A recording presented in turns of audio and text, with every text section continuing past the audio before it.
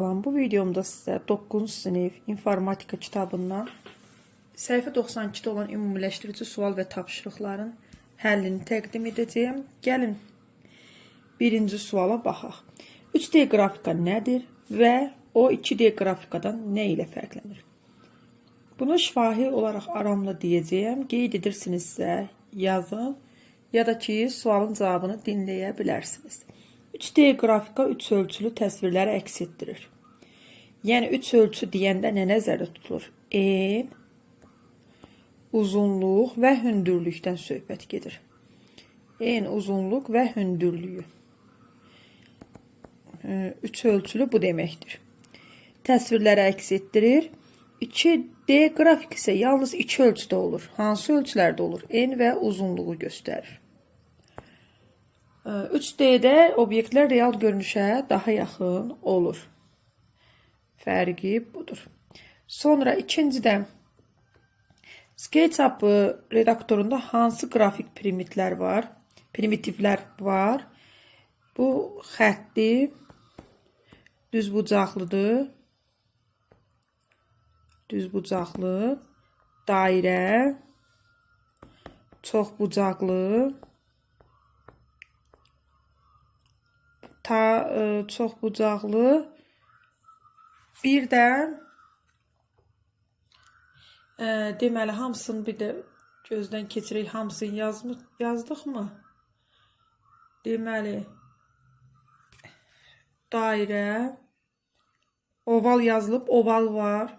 Sonra çox bucaqlı demişik.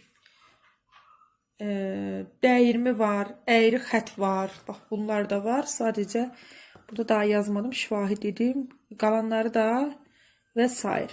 Əgər sizin qalanları yadınıza düşürsə, rəy bölməsinə yaza bilərsiniz. 3-də mətn redaktorunda hazırlanan sənədə hansı obyektlər əlavə etmək olar? Şəkil, cədvəl, qrafik, hiperlink, riyazi ifadə, diaqram və s. əlavə etmək olur. Bunlar mətn redaktorunda yığılmaqsıdır. Uşaqlar, bunu sona saxladım. 4 nömrəli tapşırığa baxaq. Deməli, bunu sizə kompüter üzərində göstərəcəm. Ölçünü baxın. Yazı ölçüsünü böyük götürmüşəm. 20. Buradadır yazı ölçüsü. Böyük götürdüm ki, ekranda görünsün. A-nı yazaq. Deməli, uşaqlar, düsturu necə götürəcəyik? Insert menüsuna Equation bəndi. Baxın, burada P yazılan. Görürsünüzmü? Açıldı. Burada sistem tənlik olan. Sistem tənlik bunun daxilindədir və onu biz axtaracağıq. Mən telefonu tuta bilmirəm. Belə deyək. Burada axtaracağıq. Sistem tənliyə hansı oxşayır? Görürsünüzmü ki, budur. Onu seçdik. İndi burada verilən ifadələri bir-bir yazaq. Deməli, 5x üstə gəl 4y bərabərdir 10.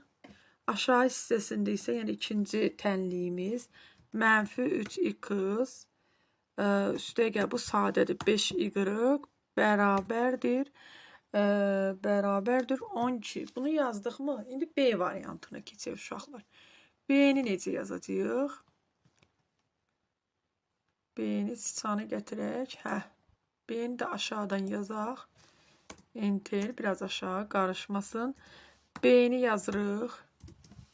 Deməli, B-miz kəsir xəttindən istifadə olunmalıdır. Yenə insert menyusu və yenə bu P, görürsünüzmü burada P-ni? Equation bəndindən P və kəsir olan ifadəni axtarırıq. Deyib, budur kəsir. Bu kəsirdir. Buradan kəsirimizi götürürük. Buradan yazırıq 81. Y üstü. Görək, üzərinə buradan yazmaq mümkündürsə, yox, burada mümkün eləmir. Ona görə Y-ı mən pozacağam. Və burada insertdə yeni equation'dan, yox, equation'ın üzərinə, P-nin üzərinə vururuq orada. P-nin üzərinə vuraq və bizə qüvvət olan funksiyanı yazmağa imkan verəcək. Y, burada da nədir? Kvadrat. Sonra uşaqlar, ondan da çıxırıq. Bundan da çıxırıq. Deməli, bundan da çıxırıq.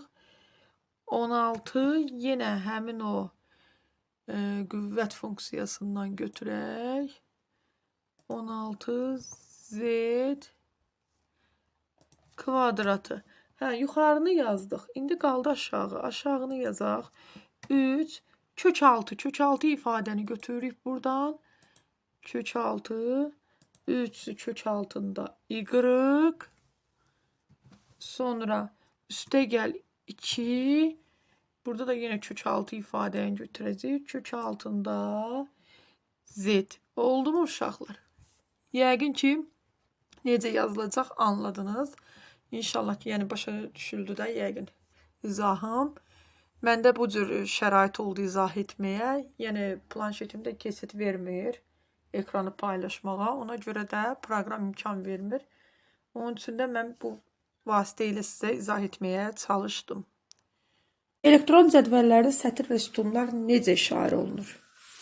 Elektron cədvəllərdə sətir və sütunlar, sətirlər ədədlərlə olur. 1, 2, 3 və s. Sütunlar isə hərflərlə hər zaman işarə olunur. A, B, C, D və s. Sonra 6-da elektron cədvəlin hansı xanaları düzgün adlandırılıb? Baxın, burada düzgün adlandırılanlar hərf hər zaman ədəddən öndə olmalıdır. Belə bir ümumiləşdirmə aparaq, sonra məncə araşdıraq. Çünki qarışıqlıq olur, belə olanda. Fikir qarışıqlıq olur. Belə bir ümumiləşdirmə, yəni yada salaq ki, elektron cədvəldə xana adları əvvəl, hərf, yəni əvvəl xana adları, yəni hərflər əvvəl olur, sonra rəqəmlər olmalıdır. İndi araşdıraq. Burada STK kimi hərf yoxdur axı elektron cədvəldə.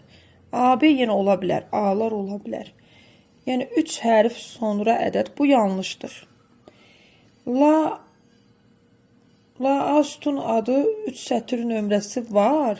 İndi elektron cədvəli məndə elektron cədvəl olmadığı üçün təqdim edə bilmirəm. Bu var.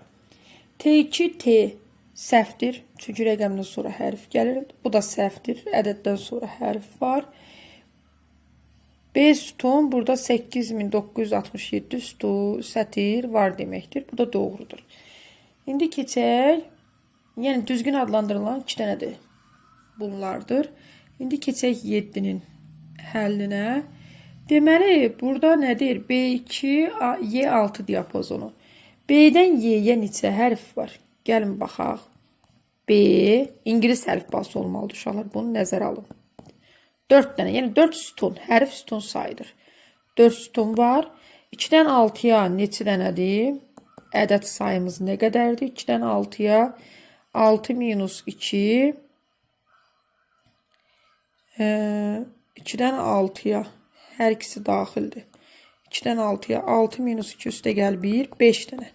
5 dənə də sətir var. 4 sütun 5 sətir. 5 vur 4, 20 dənə xana olacaqdır. 20, cavab burada 20-dir. İndi keçək 8-cinin həllinə baxaq. Elektron cədvəlin bir fraqmenti verilib. D1 və C2 xanalarında olan qiymətləri müəyyən edin. Hesablayacaq. B1 vurulsun deyir, 2 vurulsun B1. B1'imiz nədir burada? 7. 2 vurulsun 7.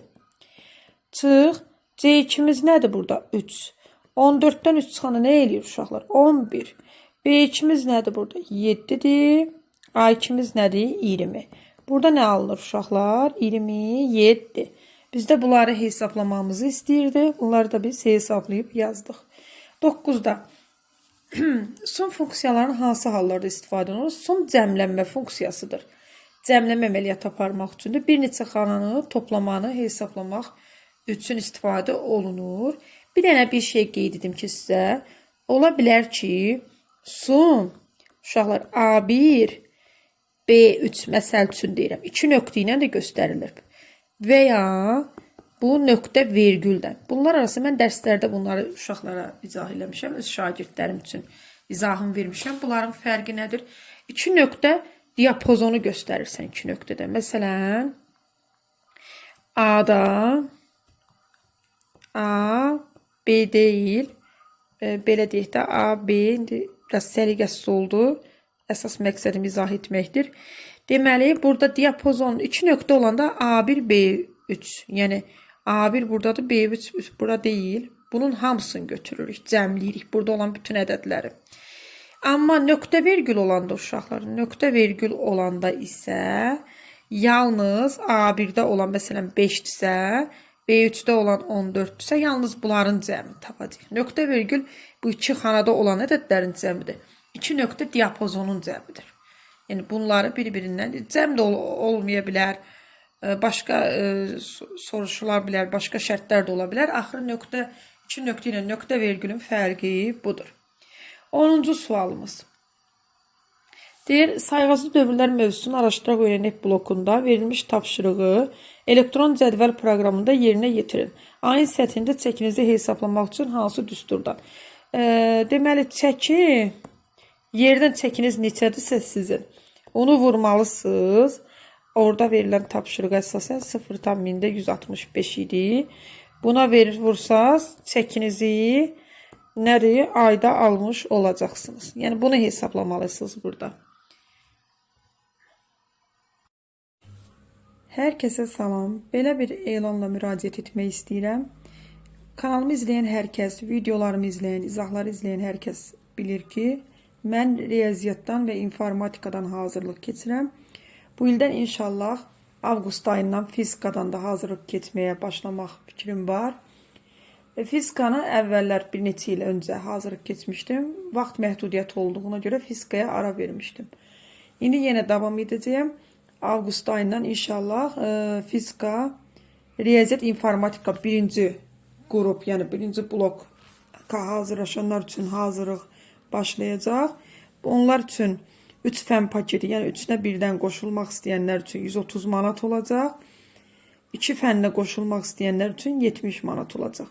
Digər siniflərdə isə 5-11-ci siniflərdə riyaziyyat təkmilləşdirmə hazırlığım var. 9 və 11 buraxılış hazırlıqları da mövcuddur. Bunlara da müraciət edə bilərsiniz. Bəzi hazırlıqlarım indi davam edir. İndi qoşulanlar o hazırlıqlara qoşulacaqlar. Yəni 8-ci sinifim var hal-hazırda, 9 varımdır. Yəni hazırlığa qoşulanlar onlardan davam edəcəklər. Amma belə deyək, buraxılış hazırlıqlarına avqustdan başlayacağam. 9 və 11-in buraxılışına avqustdan başlayacağam. Müraciət etmək üçün əlaqə nömrəsi var. 055 835 29 93. Bir də onu da qeyd edim ki, dərslərin video izahları, testlərin video izahları link halında sizə göndəriləcəm və YouTube-da ictimai olmayacaq həmin o videolar. Yalnız siyahlanmış seçəcəm, yəni sizin üçün göndərəcəm.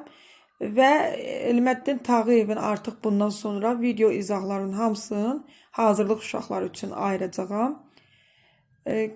Bundan sonra yalnız vacib olan qısa tapşırıqların həllərini təqdim etməyə, yəni ictimai olaraq təqdim edəcəyəm. Hazırlığa qoşulan uşaqlar 055 835 29 93 nömrəsi ilə əlaqə saxlaya bilərlər.